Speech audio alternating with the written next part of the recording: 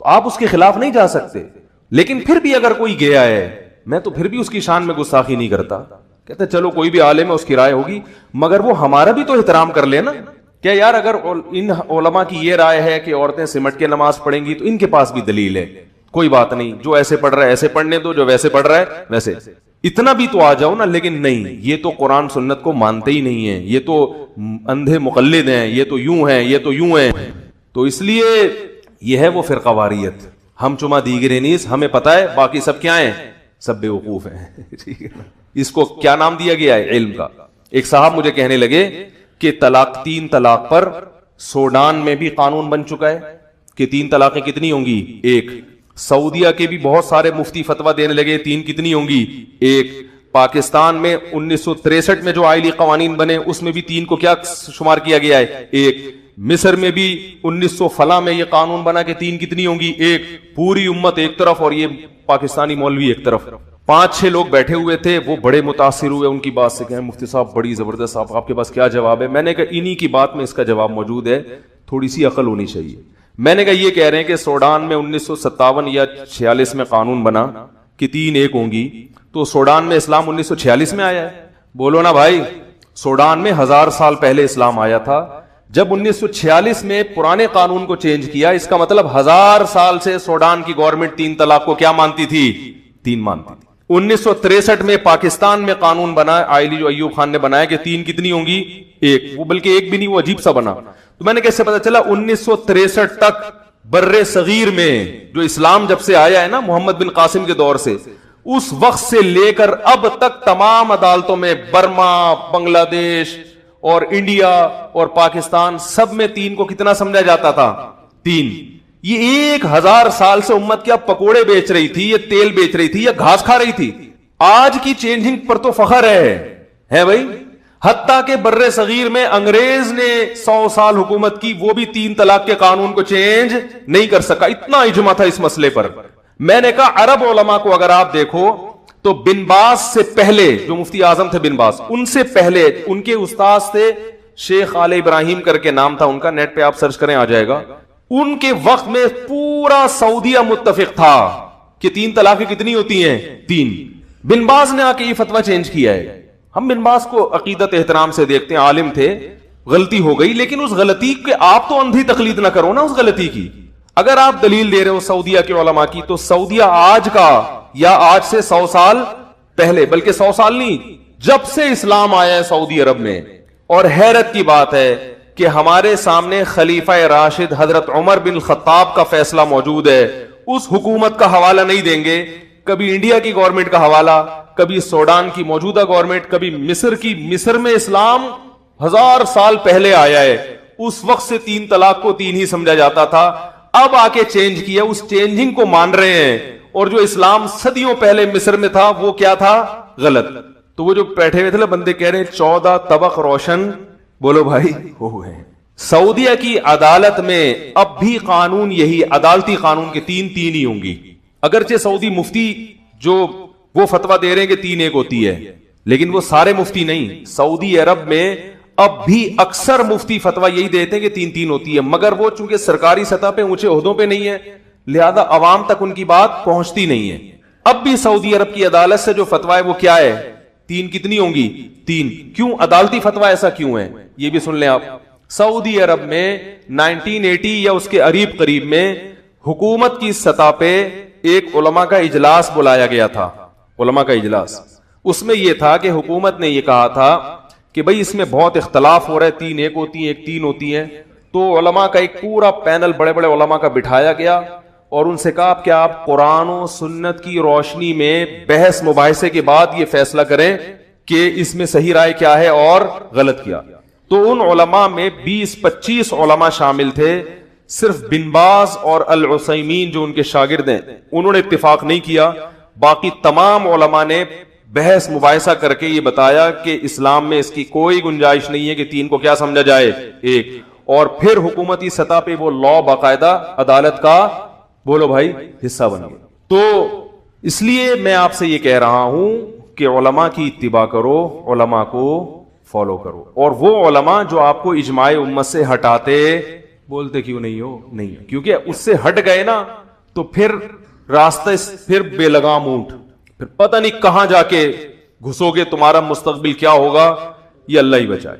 تو علم رجال سے آتا ہے، اور رجال ہی سے آگے، رجال سے جو لوگ ہیں انہی سے آگے ٹرانسفر ہوتا ہے. ان لوگوں کا قابل اعتماد ہونا ضروری ہے. ایک صاحب نے تقریر کے دوران کہا، ان سے پوچھا گیا کہ پوسٹ مارٹم کے لیے یا طبی علاج کے لیے، میڈیکل سائنس کے لیے جو مردوں کی چیر پھاڑ کی جاتی ہے، پوسٹ مارٹم کے لیے مردوں کی چیر پھاڑ میں تو علماء کا اختلاف ہے، کس حد تک جائز ہے کس حد تک ناجائز ہے، اس میں تو دو رائے ہیں. بہت سے علماء، دارالکرنگی کے علماء کہتے ہیں کہ اگر پوسٹ مارٹم بہت زیادہ میت کو بگاڑ نہ دیا جائے، اتنے محدود پیمانے پر ہو اور اس سے قاتل کا پتہ چلانا ممکن ہو تو پھر جائز ہے. یہ دارالکرنگی کے علماء کا فتویٰ ہے. اس لیے کہ بعض لوگ یہ کہتے ہیں کہ علماء پوسٹ مارٹم کو بالکل حرام سمجھتے ہیں. یہ لوگ الزام بھی علماء پہ خود ہی لگاتے ہیں کلپ بنا کے، اور پھر طنز بھی خود ہی. ان کو بیچاروں کو یہ تک نہیں پتا کہ علماء کی اس بارے میں رائے ہے کیا. پوسٹ مارٹم کے ذریعے اگر قاتل کا پتہ چلانا ممکن ہے اور پوسٹ مارٹم میں میت کی ایسی کی تیسی نہیں ہو رہی، تو بہت سے علماء اس کی گنجائش دیتے ہیں، لیکن فوری طور پر اسی ٹائم پہ کر لیا جائے. اور میڈیکل سائنس کا علم سیکھنے کے لیے مردوں کی چیر پھاڑ کی علماء اجازت بولو بھائی نہیں. اس لیے کہ کسی کو لوگ کہتے ہیں بھائی جان بچانے کے لیے تو سب کچھ ٹھیک ہے، بندہ بھی مار سکتے ہو اپنی جان بچانے کے لیے. یاد رکھو علماء یہ کہتے ہیں کہ جان بچانے کے لیے تو قتل کرنا بھی جائز ہے، سور کھانا بھی جائز ہے. جان بچانے کا طریقہ سیکھنے کے لیے یہ چیزیں جائز.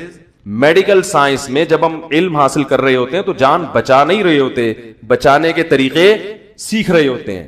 سیکھنے کے لیے نہیں کہ آپ سور بھی کھا لیں اور کہ بھئی دیکھو اگر میں جنگل میں بھوکا رہ گیا کسی دن تو تھوڑی سی سور کی پریکٹس ہونی چاہیے تاکہ ایک اچانک ہی آ جائے گا تو میں تو سور کھایا نہیں جائے گا. اس کی اجازت تھوڑی ہوگی، ایسے تو دروازہ کھل جائے گا.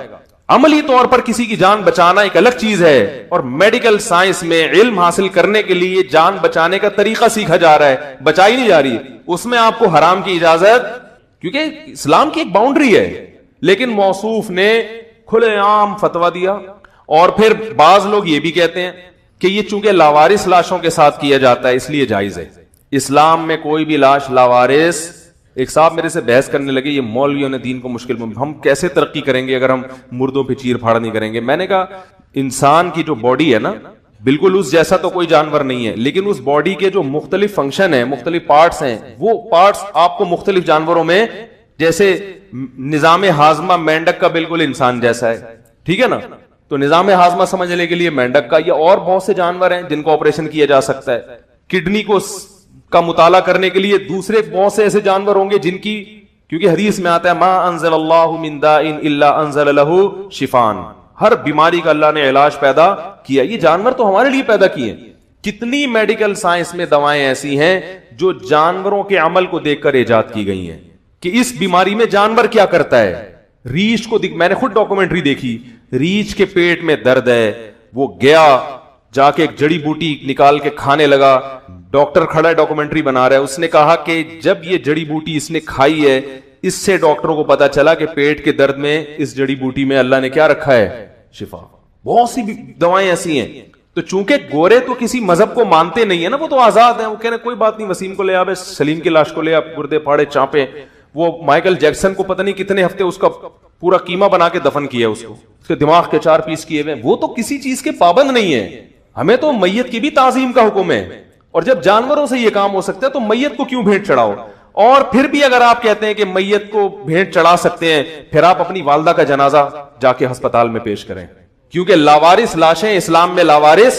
اگر کوئی بوڑھا مرتا ہے، اس کی کوئی اولاد نہیں ہے، تو جو بھی اس لاش کو دیکھے گا شریعت میں وہی اس کے بیٹے کا قائم مقام، وہ اس کو ایسے عزت احترام کے ساتھ دفن کرے گا جیسے یہ اس کا باپ ہے. اسلام میں لاوارث لاش کوئی بھی نہیں ہوتی، سب قابل احترام ہے. کافر لاش کے احترام کا حکم ہے، مسلمان کو کیسے آپ وہ کر سکتے ہیں.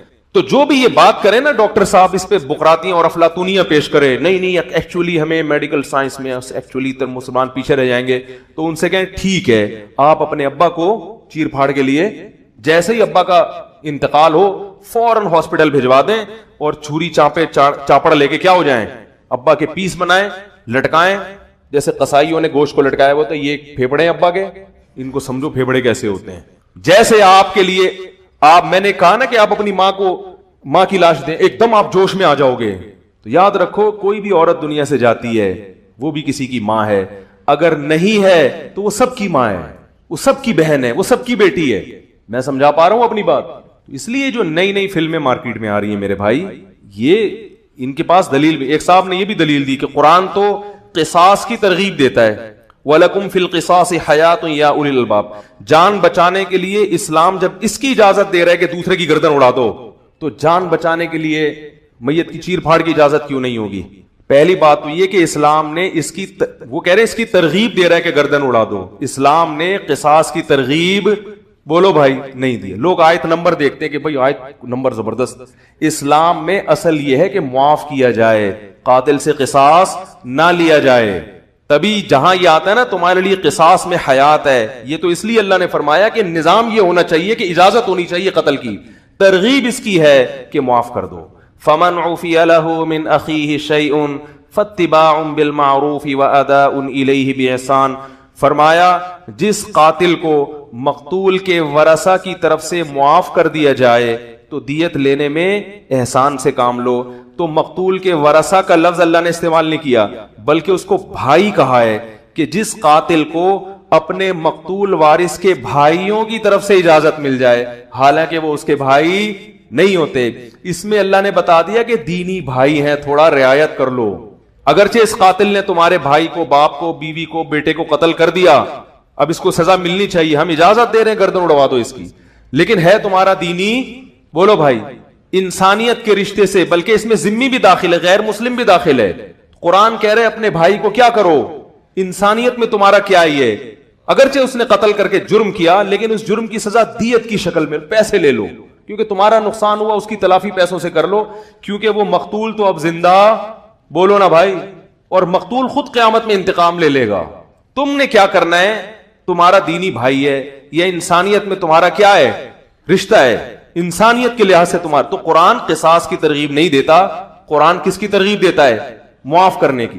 یہی وجہ ہے کہ جہاں بھی سعودی عرب میں یا کہیں بھی جہاں قصاص کا قانون ہے، مقتول کے ورثہ کو آخر دم تک کوشش کی جاتی ہے معافی پر اکسانے کی، اور یہ حکومتی سطح پہ کام کیا جاتا ہے. کئی بار ایسا سعودی عرب میں ہوا ہے کہ وہ تلوار لے کے جلاد کھڑا ہے معاف کرنے کے لیے، گردن اڑانے کے لیے، اور حکومتی اہلکار اور جا کے قاتل کے اولیاء اس کو سمجھا رہے ہوتے ہیں بھائی چھوڑ دے. علماء جاتے ہیں باقاعدہ اس کو معاف کرنے کی ترغیب پر کیا کرتے ہیں، بیان، کیونکہ قرآن کس کی ترغیب دے رہا ہے، معاف کر دو. تو میں سمجھا پا رہا ہوں اپنی بات. کہاں سے بات شروع ہوئی تھی پتہ نہیں کدھر کو نکل لی ہے، اچھا ٹائم بھی ختم ہو گیا. تو بات کہاں سے شروع کی تھی میں نے، ہے اجماع امت. تو اجماع امت جو ہے یہ دلیل بولو نا بھائی قطعی ہے. ہاں میں یہ بات کر کے بس اپنا موضوع ختم کرتا ہوں کہ جیسے اجماع کی حجیت دلیل ہونا قرآن سے ثابت ہے، ایسے ہی قرآن کا حقیقی ہونا، سچ ہونا، یہ بھی اجماع سے ثابت ہے. اگر آپ اجماع کو غلط قرار دے دو کہ ساری امت غلط تھی یا کسی بھی دور میں غلطی پر جمع ہوئی ہے، تو پھر یہ بھی ممکن ہے کہ یہ قرآن پیش کرنے میں بھی اس سے کیا ہوئی ہو، بولو بھائی غلطی ہوئی ہے. کیونکہ مسٹیک جب ہو سکتی ہے امت سے من حیث الامہ، تو مسٹیک تو پھر یہ کیا بات ہے، اس معاملے میں مسٹیک تو ہو سکتی ہے، ادھر نہیں ہو سکتی، ادھر بھی ہو سکتی ہے. پھر ہو سکتا ہے یہ قرآن وہ قرآن نہ ہو جو نبی پہ نازل ہوا تھا. آپ کہہ سکتے ہیں بھائی اس قرآن میں تو تحریف ممکن ہی نہیں ہے، کیونکہ قرآن میں آتا ہے کہ ہم نے اس کو نازل کیا، ہم اس کی حفاظت کریں گے. تو بھائی یہ والی آیت بھی تو امت نے پیش کی ہے نا، کیا خیال ہے، یہ بھی تو امت نے پیش کی ہے، امت نے نبی سے سنا اور آپ سے سینہ بسینہ آپ کو پیش کر دی. تو جب امت گمراہی پہ جمع ہو سکتی ہے تو ہو سکتا ہے یہ والی آیت ہی غلط ڈال دی ہو. جیسے ایک آدمی ایک کتاب مارکیٹ میں لاتا ہے اور یہ ثابت کرنے کے لیے کہ غلط نہیں ہو سکتی، لکھ دے اس میں کوئی غلطی نہیں ہو سکتی، تو خود لکھی ہے نا اس نے. ایک دفعہ میرا جماعت المسلمین والوں سے مناظرہ ہو رہا تھا، میں نے کہا اجماع دلیل قطعی ہے، وہ مان نہیں رہے تھے. میں نے کہا اگر اجماع کو نہیں مانتے تو اس قرآن کا قرآن ہونا پھر ثابت نہیں ہوتا. کہ استغفر اللہ استغفر اللہ استغفر اللہ، قرآن یہ تو قرآن کہہ رہے لا ریب فیہ، اس میں کوئی شک نہیں ہے. میں نے کہا آپ کوئی کتاب لکھو اس کے پیچھے لکھ دو لا ریب فیہ، تو کیا وہ بھی شک و شبہ سے پاک ہو جائے گی؟ کہہ رہے نہیں یہ تو اللہ نے لکھا ہے. میں نے کہا یہی تو پہلے دلیل دو کہ اس کا کیا آپ موجود تھے نبی کے دور میں کہ جب یہ آیت نازل ہوئی تھی؟ ہم تو موجود نہیں تھے. ہم تو اس امت پہ کیا کر رہے ہیں، اعتماد کہ بھائی یہ امت غلط نہیں ہو سکتی، جیسا قرآن امت ہمیں دے کر گئی ہے وہی ہے. کیونکہ یہ امت ایک دو فرد غلط ہو سکتے ہیں، 4 آدمی 8 10 15 غلط ہو سکتے ہیں، پوری امت غلط بولو بھائی نہیں ہو سکتی. اور یاد رکھو اگر تحقیق کرنی ہے نا آپ نے، آپ کو محقق بننے کا شوق, میں تو کہتا ہوں کسی عالم پر اعتماد کرو تحقیق کے بعد, بغیر تحقیق کے نہیں. اعتماد کرنے کے بعد پھر اس کو سنو. آپ بغیر تحقیق کے کسی کو اپنا مقتدا اور رہبر مت بناؤ. اور تحقیق میں یہ بھی ایڈ کرو کہ اجماع امت کے خلاف تو نہیں جا رہا, اس کے بیان سننے سے روحانیت کی ایسی کی تیسی تو نہیں ہو رہی, رفع الیدین کرنا ہے نہیں کرنا ہے, ان مسائل میں تو آپ فنڈر بن رہے ہو, مگر نماز کا خشوع و خضوع ختم ہو رہا ہے. آپ کو ہر آدمی کو دیکھ کے شکار کرنے کا دل چاہتا ہے آپ کا, اس کو پکڑو, ابھی اس کو سمجھاؤ, یوں کر رہا ہے تو فقہا سے بدگمان کرو اس کو. تو اگر ایسا سیٹ اپ ہے تو یہ آپ کی صحت کے لیے بولو بھائی نقصان دہ. تمام دوائیں بچوں کی پہنچ سے دور رکھیں. وہ آخری بات کہہ رہا تھا میں, کیا ابھی بالکل آخری بات آئی تھی ذہن میں, ابھی میں نے کہا وہ کہہ کے بیان ختم کرتا ہوں. ارے کیا ہو گیا بھائی, اجماع کے موضوع پر تو بات ہو رہی تھی. یہ جو موبائل فون ہے نا, اس سے آدمی کا دماغ بہت خراب ہوتا ہے. صحیح بات, جب سے میں نے موبائل فون کا استعمال کثرت سے, وہ فجر کی نماز میں بھولنے لگا ہوں, آیتیں بھول جاتا ہوں, اور مجھے صاف پتہ چل رہا ہے کہ یہ کس وجہ سے ہو رہا ہے, سیل فون کی وجہ سے ہو رہا ہے. اور یہ رپورٹ بھی ہے. سیل فون کو میں نے اسی وجہ سے سائلنٹ پہ کر کے دور رکھ دیا ہے. لوگ چاہے گالیاں دیں, جو مرضی کریں, نہیں اٹھاتا میں. جاؤ, یہ دیکھو کل صبح آپ سے پڑھا ہوا نا میرا, کہہ رہے میں آپ کو 20 کالیں کر لی, آپ نے فون نہیں اٹھایا. میں نے کہا نہیں اٹھائیں گے, جاؤ. سب سے پہلے اپنا کیا ہے, کھوپڑی ہونی چاہیے انسان کی. تو خیر, تو اجماع امت کیا ہے, دلیل قطعی ہے. تو امت کو اگر آپ نے کسی بھی درجے میں غلط ماننے کا وہ ہو گیا تو پھر گئے, ختم, سب مشکوک, سب ختم. تو اس لیے اجماع کے بعد قرآن و حدیث کی مزید کوئی دلیل پیش کرنے کی ضرورت بولو بھائی رہتی نہیں ہے. صحیح ہے نا, رہتی نہیں ہے. ایک صاحب سے میں نے کہا یہ چلو چھوڑا یار, کیا فضول, تو اس کی ان باتوں کی کوئی انتہا نہیں ہے, کرتے چلے جاؤ کرتے چلے جاؤ, کوئی اینڈ نہیں ہے ان باتوں کی. تو بس ایک آخری, تمام دوائیں بچوں کی پہنچ سے بولو بھائی دور رکھیں. اور آخری بات یہ ہے, وقت ختم ہو گیا, آج بیان دیر سے شروع ہوا ہے, ریکارڈنگ کا وہ کیمرے کی گڑبڑ تھی ان میں. تو پچھلے ہفتے جو میں نے بیان شروع کیا تھا, یا ایھا الذین آمنوا ادخلوا فی السلم کافہ, اے ایمان والو مکمل اسلام میں داخل ہو جاؤ. تو ہمارے ساتھ پرابلم یہ ہے کہ ہم میں کوئی بھی پورے اسلام کا مطلب بھی نہیں سمجھتا, اور پھر جب سمجھتا ہے تو داخل ہونے کی کوشش نہیں کرتا. پورے اسلام میں لوگ یہ سمجھتے ہیں کہ 20 فٹ پہاڑ سے چھلانگ لگانا سمندر میں, یہ اسلام کی تعلیمات کے کیا ہے, منافی ہے. بہت تیز رفتار مہنگی کار چلانا, یہ اسلامی تعلیمات کے کیا ہے.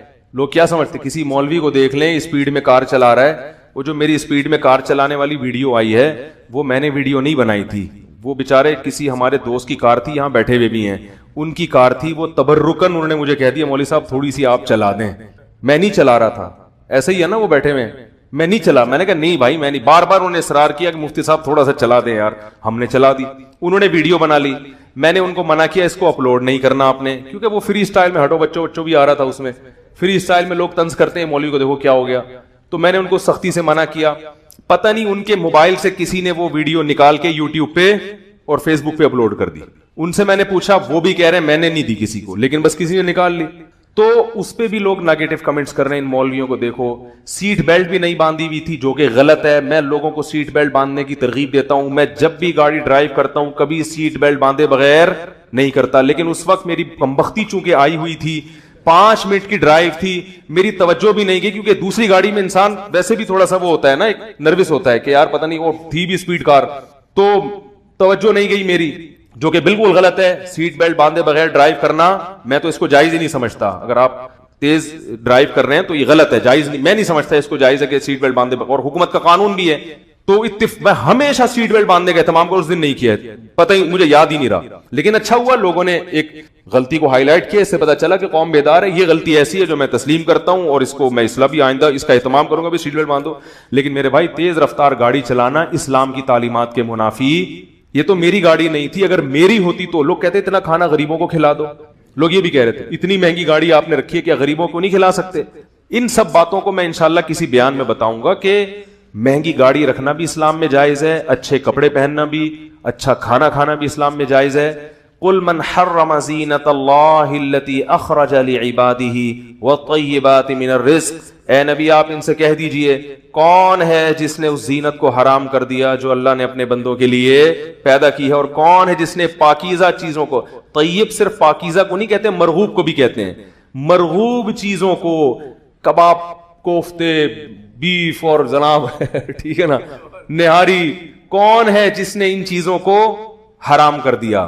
یہ تو عربوں کی عادت تھی، جاہلوں کی، جو جہالت والے عرب تھے کہ وہ اپنی طرف سے چیزوں کو حلال کر دیتے تھے، اپنی طرف سے چیزوں کو حرام. تو آپ اپنے خرچے پہ جتنا اچھا کھائیں، نہ گورنمنٹ کی طرف سے پابندی اور نہ اللہ. ہاں اسلام نے یہ ضرور کہا ہے کہ کم کھائیں، پھوڑے نہیں بلکہ کھائیں. اس کو اسلام نے پسند نہیں کیا. اچھا کھانے پر نبی اچھا کھایا کرتے تھے. حدیث میں آتا ہے آپ صلی اللہ علیہ وسلم کو دستی کا گوشت پسند تھا. دستی پتہ ہے کسے کہتے ہیں؟ بکرے کے جو اگلا حصہ ہے نا، یہ جنرل کنالج کا لفظ پتہ ہے، نالج ہے. میں مذاق میں کنالج کہہ دیتا ہوں اس کو، کیونکہ اس پہ بھی لوگ اعتراض، اس لیے کہ آپ کی تاکہ آئکنو کے کنالج ہے. اور اتنا لوگ اعتراض کرتے ہیں کہ مجھے ڈر ہوتا ہے کنائف سے مجھے نہ مار دیں کہیں. ٹھیک ہے، تو مجھے پتا یہ کیس سائلنٹ ہے، ویسے ہی میں تھوڑا سا چٹکلے کے لیے. کچھ اب لوگوں کے اپنے مزاج بھی ہوتے ہیں نا، وہ مجبور ہوتے ہیں اس مزاج سے. بھائی تو اپنا مزاج تھوڑی کسی کی وجہ سے چینج کیا جا سکتا ہے. تو وہ جو ہے کہ رسول اللہ صلی اللہ علیہ وسلم دستی کا گوشت کھاتے تھے. پائے جو ہے نا، پائے یہ دستی کے اچھے ہوتے ہیں، پچھلے پائے مزے کے. لوگ پتہ ہے ران والی جو وہ کیا ہے یار، ٹانگ جو ہے نا، اس کے پائے سمجھتے ہیں چونکہ یہ بہت بھاری ہیں، بڑے ہیں، تو یہ زیادہ اچھے ہوں گے. ایسا نہیں ہے. جانور کا جو ویٹ ہے نا، وہ اگلے پاؤں پہ زیادہ ہوتا ہے، پچھلے پاؤں پہ کم. پورا ویٹ اگلے پاؤں پہ ہوتا ہے. تو وہ جیسے باڈی بلڈر بازوؤں سے جو ویٹ اٹھائے گا تو اس کے بازوؤں میں طاقت، اور جو ویٹ نہیں اٹھاتا اس کے بازوؤں میں طاقت نہیں ہوتی. اسی وجہ سے بکرا ہو یا گائے ہو، اس کے جو اگلے پاؤں ہے نا، ان میں طاقت زیادہ ہوتی ہے. تو پائے جب پکایا کریں، اگلے ٹانگوں کا پکایا کریں، اس میں رس زیادہ نکلے گا، اس میں چکناہٹ اور قوت اور پروٹین زیادہ ہوتے ہیں. تو دیکھو نبی صلی اللہ علیہ وسلم کو دستی کا گوشت کیا تھا؟ بکرے کی جو ران ہے نا، جو اگلی ٹانگ، ان کا گوشت پسند تھا. اور نبی صلی اللہ علیہ وسلم گوشت کیسے کھاتے تھے؟ انحش اللحم نحشن. ترمذی میں باب باندھا ہے کہ نبی صلی اللہ علیہ وسلم دانتوں سے گوشت کو ایسے، اس کا اپنا مزہ ہے. چھری سے کاٹنا بھی کھایا ہے آپ صلی اللہ علیہ وسلم نے، لیکن صحابی اس صفت کو بھی ہائی لائٹ کر رہے ہیں کہ نبی کیسے گوشت کھا رہے تھے. اب اگر مجھے کوئی بکرے، میں لوگوں کو اکثر کہتا ہوں دعوت ہے بھائی تصویر نہ بناؤ، کیونکہ میرے سامنے راؤنڈ رکھ دیتے ہیں اور ویڈیو بنا رہے ہوتے ہیں. لوگ کہیں گے پتہ نہیں کیا پھوڑنے پھاڑنے والے ایک مولوی پیدا ہو گئے، بکرے کھا رہے ہیں. ایک دفعہ ہم سوراب بورڈ پہ بیٹھے ہوئے تھے، وہ جو مشہور ہوٹل ہے، تو وہاں کی روٹیاں اتنی بڑی بڑی ہوتی ہیں. میرے سامنے اتنی بڑی روٹی رکھی اور تصویر فیس بک پہ. ایسا لگ رہا تھا یہ جائیدادیں کھانے کے لیے یہاں بیٹھا ہوا ہے. میں نے وہ تصویر ہٹوائی، میں نے کہا اللہ کا واسطہ ہٹاؤ، لوگ سمجھ رہے ہیں پتہ نہیں کیا کھانے آئے آپ، اتنی بڑی روٹی تھوڑی میں کھا سکتا ہوں یار. تو نبی صلی اللہ علیہ وسلم نے ران کا گوشت کھایا ہے. ہم اگر کھا رہے ہوں تو لوگ بولیں یہ تو رانے پھوڑ رہے ہیں بیٹھ کے. اور ایک اور بات سے بس لاسٹ یار، آخری جمعہ ہے نا، پھر سفر ہے میرا. دیکھو لوگ پتہ ہے کیا کرتے ہیں، علماء کے آخری ٹائم کو دیکھتے ہیں، پچھلے وقت کو نہیں دیکھتے جو گزر چکا ہے. ہم جامع رشید میں حضرت مولانا طارق مل صاحب کے ساتھ میں بیٹھا ہوا تھا. بڑا خوبصورت کمرہ تھا، بڑے بہترین صوفے تھے اور بیٹھے ہوئے تھے، آگے پھل فروٹ رکھے ہوئے ہیں. تو ایک صاحب نے کمنٹس کیے، ان مولویوں کے مزے دیکھو. لینڈ ٹروزر میں گھوم رہے ہیں، ہاتھ پاؤں لوگ چوم رہے ہیں، اور ان کے مزے دیکھو. میں جب طالب علم تھا، مدرسے میں آیا تو مزے لیس زندگی تھی. مزوں کے علاوہ کیا تھا؟ سب کچھ تھا. کوئی جانتا نہیں تھا. مجھے 4 آدمیوں میں بیان کے لیے ہمارے استاذ نے کھڑا کیا، تو میں ٹوٹا پھوٹا سا میں نے بیان کیا. انہوں نے کہا اس وقت کیا حال ہوگا جب ہزاروں لوگ تمہارا بیان سنیں گے. تو مجھے لگا یہ لطیفہ سنا رہے ہیں. میں نے کہا کیوں ہزاروں لوگ ہمارا بیان سنیں گے بھائی، کیوں سنیں گے؟ مولویوں کی کون سنتا ہے؟ ہم کسی مسجد میں امامت کر رہے ہوں گے، اذان دے رہے ہوں گے، بس یہی ہماری ایکٹیویٹیز ہوں گی.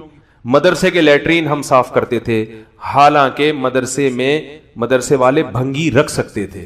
لیکن ہمارے شیخ مفتی رشید احمد صاحب رحمہ اللہ تعالی نے کہا طلبہ کی انا کو ختم کرو. کس کو؟ بولو بھائی، انا.